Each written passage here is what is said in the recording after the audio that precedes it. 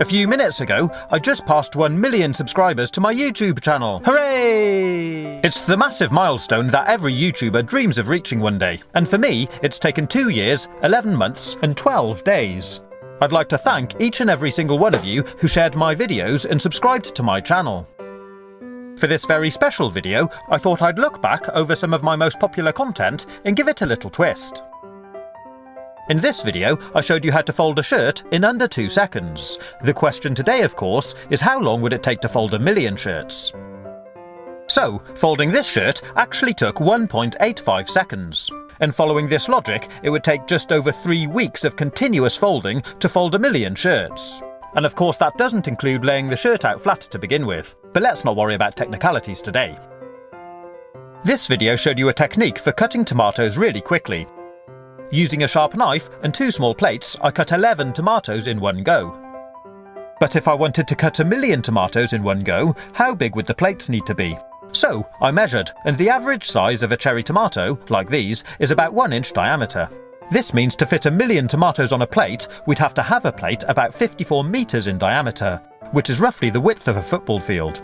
And even if we did have plates as big as that, we'd still need a knife with a blade just as long to slide between the plates. In this video, I showed you how to make a really simple pop-pop boat out of household items. It was powered by a single candle, but how far could this little boat travel if we had 1 million candles? So I worked out that it travelled roughly 1 metre in about 15 seconds, which means it was travelling at a speed of about 0.15 miles per hour. I did a test and found that my tea light candles burnt for about 4 hours. So if we had 1 million candles, this little boat would theoretically travel 600,000 miles, which is the equivalent of going round the world 24 times. Pretty cool, huh? In this video, I showed you how to draw a perfect circle using different parts of your hand to act as a pivot. If you could somehow stretch your forearm to be 1 million meters long and pivoted on your elbow, how big a circle could you theoretically draw? Well, it would have a diameter of 1,250 miles, which would be almost as big as the diameter of the planet, or dwarf planet, Pluto. And finally, in this video I showed you how to make a truck out of empty drinks cans. To build it, I used 12 cans, but if I had 1 million cans, how big a truck could I make?